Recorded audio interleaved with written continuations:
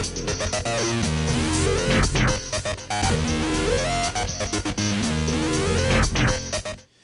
want to take a look at creating UI scenes with UDK.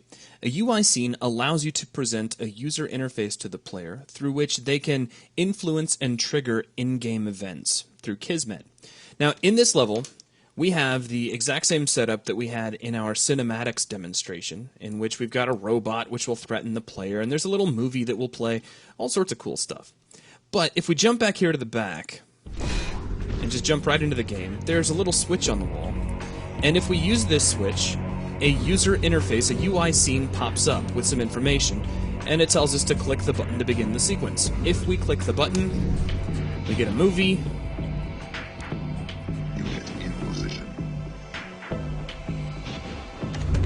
And we get an ensuing firefight with this little battle robot.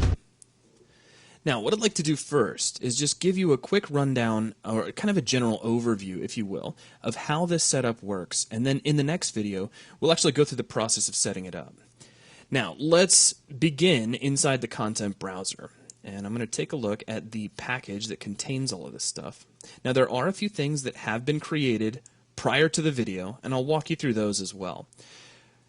Here is our UI scene. Now, we'll get to that in just a moment. Let me show you the assets that are actually being used in that UI scene first. We have a couple of textures and one material, all of which are very simple, easy to create on your end if you really wanted to. The first one is the background image that we're using in the UI. This is just a screenshot of that box that we had hanging on the wall. That's really all that is. Now, an important thing to note is once this texture was brought in its properties, we made sure to set its LOD group to texture group UI. Now, the other texture was created in Photoshop very quickly. It's just a rounded button. You can see here with a nice kind of teal color on it. Also, its LOD group was set to texture group UI. Now, a material was created with this button texture. Let's take a quick look at the material. It's just a little pulsating material, so the texture sample you see itself is being multiplied by a sine network, where we take a time expression, run it into a sine, multiply that by 0.5 and add 1, so we're going from a bright, intense white down to a gray. And with those two multiplied together, we plug the result into emissive and plug the opacity, or I'm sorry, the alpha into opacity, which allows us to have these nice rounded colors, or rounded corners, excuse me. Now, the material itself has a blend mode of translucent and a lighting model of unlit, if you wanted to create this on your end. No other checkboxes or anything are necessary in order to use this with a UI scene. Now, let's close out of the material editor, and let's take a quick look at the UI scene that I created. So here's the asset for it. I'll double-click this, and this is the UI scene editor. Now, a very quick rundown of the user interface. We have a menu bar across the top with the usual kind of stuff, as well as some commands that you may use pretty often, or you might just use the right-click menu or the toolbar. The toolbar has an area for various objects you can show and hide. For instance, I can select one of the widgets, being this image back here in the background, and I can show and hide different things like the selection handles for it, as well as the selection outline. It's just a visibility field. Now, a second ago, I said the word widgets, and what is a widget? A widget is any asset or object that is used within your UI scene. This includes things like images, labels, buttons, or anything that you're going to create to show information or with which you expect the player to interact. They're all widgets, and there are several different types of widgets you can make. Now, moving across the toolbar very briefly, we've got a viewport size dropdown that allows us to test out our UI at a variety of different resolutions. So we could crank this up to 1900, and you see that it does get a little bit stretched because that's a pretty extreme widescreen view, but overall, the effect is holding up. And we'll set that back to 1024. We can also set some guttering. So you'll notice as I increase this, we're getting a little bit of a border around the outer edge of the UI. And I'll go ahead and set that back to 0. We have a home button. It's called Center on Selected Objects. If I kind of move the UI over here and grab our central button and click this, it's just going to center up on that button. That's what it's for. Next, we have an alignment section. We can align a specific widget to a location, so we could align to the top, center, or bottom vertically and horizontally. We can also align text both horizontally and vertically as well. We have a few tools. We have the selection tool and the focus chain tool. The selection tool is kind of like what it says. It's really just here to help you select different widgets and not do anything else, really. If you need to move them, you can just mouse over the various parts of the widget, so I could put the button over here if I wanted to. Now next to this we have the focus chain tool. The purpose of the focus chain is to allow you to set up a way that the user could navigate through different widgets by hitting something like the tab key. Have you ever filled out like a form online where you can type in a value and then you hit tab and jump to the next field? That next field is defined by a focus chain, and that's what the focus chain tool is all about. It allows you to set up relationships so that the player could just tab right through. Now next to this we have the edit widget tool, which is currently not hooked up, so if you click on it, it's going to tell you that it hasn't been hooked up yet.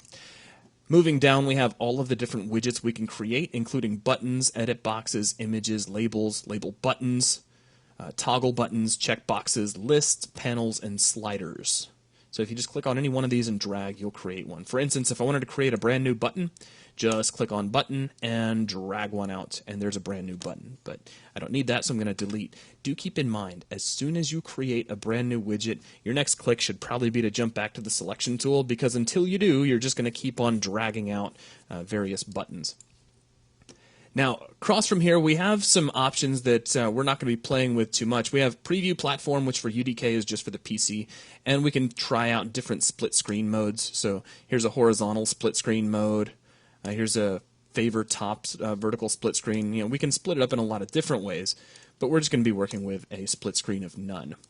Now, the other panels we have access to. We have a properties panel. This is context sensitive. If you have nothing selected, you're looking at the properties of the UI scene itself. As you select different widgets, these properties will update, allowing you to change the various properties of that particular widget.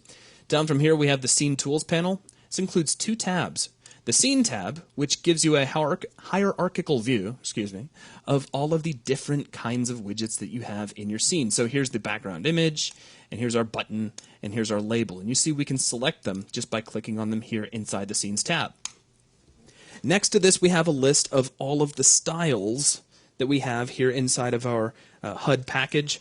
Now, a style is really just a collection of rules for how a certain widget is going to be displayed.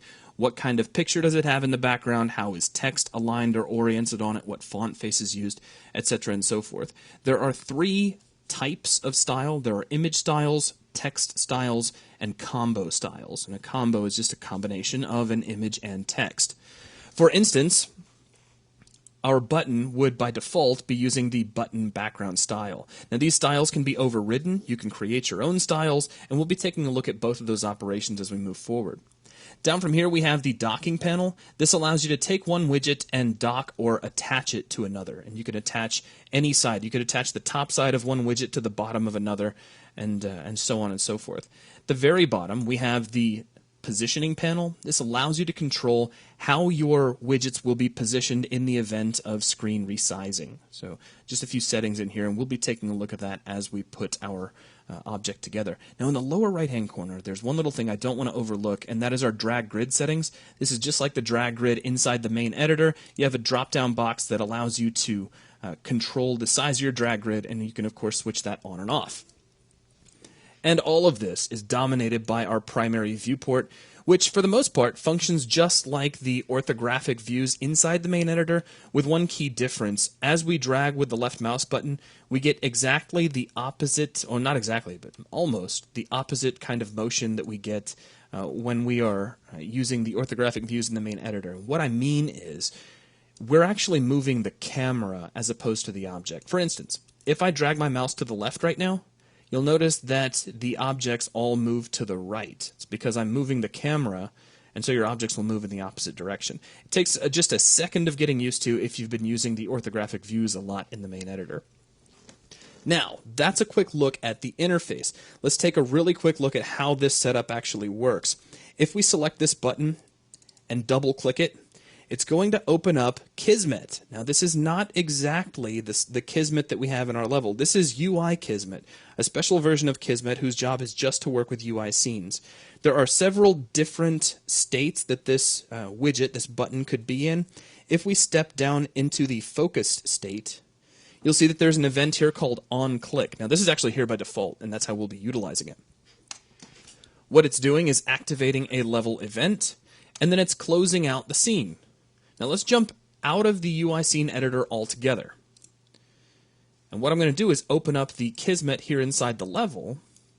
And here's our network, which causes our movie to happen and our little engagement with the robot. But check out the very beginning of it. First off, we have a remote event, which is firing off all of the action.